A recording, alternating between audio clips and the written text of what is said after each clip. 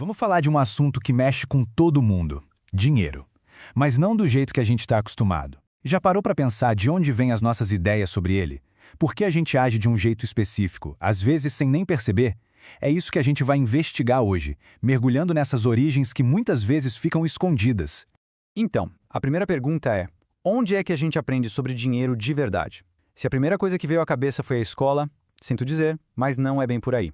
As lições mais fortes, aquelas que definem o jogo, vêm de um lugar bem mais próximo da gente. Pois é, não foi na sala de aula. As nossas crenças mais profundas sobre grana, aquelas que guiam o nosso dia a dia, elas não vêm de um livro. Elas nascem e crescem bem mais perto, num ambiente muito mais pessoal. Tá, mas então de onde vêm essas ideias? É aqui que a gente começa a nossa investigação. Vamos entender quais são as bases da nossa, digamos, psicologia financeira. O que molda o nosso jeito de pensar e agir com dinheiro.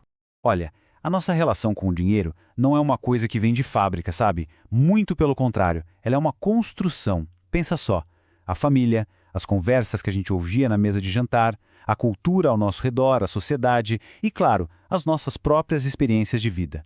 Tudo isso vai montando o que a gente pode chamar de mapa mental financeiro. E um jeito muito forte que a cultura tem de ensinar a gente é através dos ditados populares. Vamos dar uma olhada agora em como essas frasezinhas que a gente escuta desde criança acabam, sem a gente nem notar, moldando o que acreditamos sobre dinheiro. Começando com o clássico, né? Dinheiro não traz felicidade. Por um lado, claro, faz a gente lembrar de valorizar o que não se compra. Mas já parou para pensar que, por outro lado, essa frase pode plantar uma sementinha de culpa em quem quer prosperar? É algo para se pensar. Agora, tem esse aqui: quem poupa tem. Esse é praticamente o mandamento número 1 de muitas famílias. É um ditado que coloca a prudência lá em cima, que fala da importância de guardar para ter segurança no futuro. É uma lição e tanto sobre planejamento. E que tal o barato sai caro? Esse aqui é um super alerta sobre a diferença entre preço e valor. É aquela lição sobre qualidade, sabe?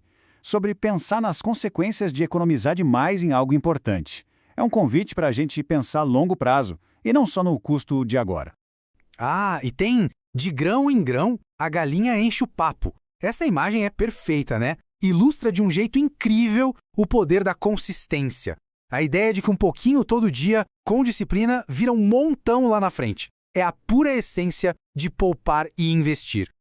Ok, a gente já viu de onde vêm essas ideias e como elas aparecem na nossa vida. A grande questão agora é: será que esses comportamentos são uma herança que a gente tem que carregar para sempre? Ou a gente pode escolher um caminho diferente? É essa dualidade que a gente vai explorar agora. E aqui está o ponto central.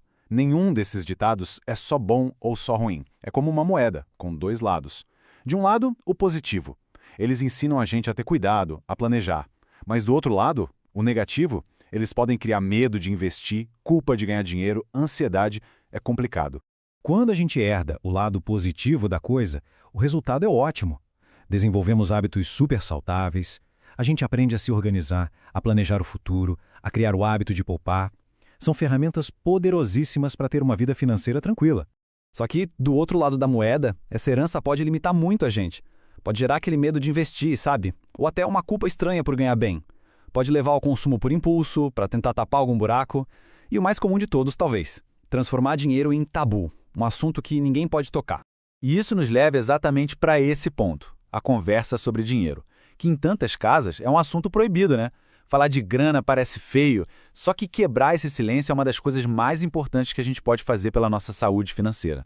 E para quebrar esse tabu, existe uma ferramenta: o tal do diálogo financeiro. E não é sobre brigar por causa de conta. É sobre ter uma conversa aberta, sincera, para entender o outro, para construir autonomia e, principalmente, para tomar decisões melhores em conjunto. Pode ser com a família, com um parceiro ou parceira e até um diálogo com a gente mesmo. E para esse diálogo dar certo, ele se baseia em 3 pilares bem simples. Primeiro, argumentação, que é só saber explicar suas ideias com clareza, com calma. Segundo, empatia, que é o esforço de verdade para entender o lado do outro. E terceiro, o acordo, porque o objetivo final é sempre achar um caminho que seja bom para todo mundo. Então, a partir do momento que a gente entende de onde vêm as nossas crenças e aprende a conversar sobre elas, a gente ganha o poder de mudar. Deixa de ser só reação. Agora, para fechar, vamos ver como a gente pode sair desse piloto automático e começar a escrever de verdade a nossa própria história financeira. Porque, no fim das contas, a reflexão que fica é essa. Será que as minhas atitudes com o dinheiro são só um reflexo do que eu aprendi na infância? Ou será que são escolhas minhas, conscientes, que têm a ver com quem eu sou e com o que eu quero para a minha vida? E o objetivo de tudo isso não é achar culpados, olhar para trás com raiva. É o contrário, é tomar as rédeas do futuro. É construir uma relação com o dinheiro que seja consciente, que seja intencional e que, mais importante, seja sua. Uma relação onde cada passo é uma escolha e não só uma repetição. E isso sim é liberdade financeira de verdade.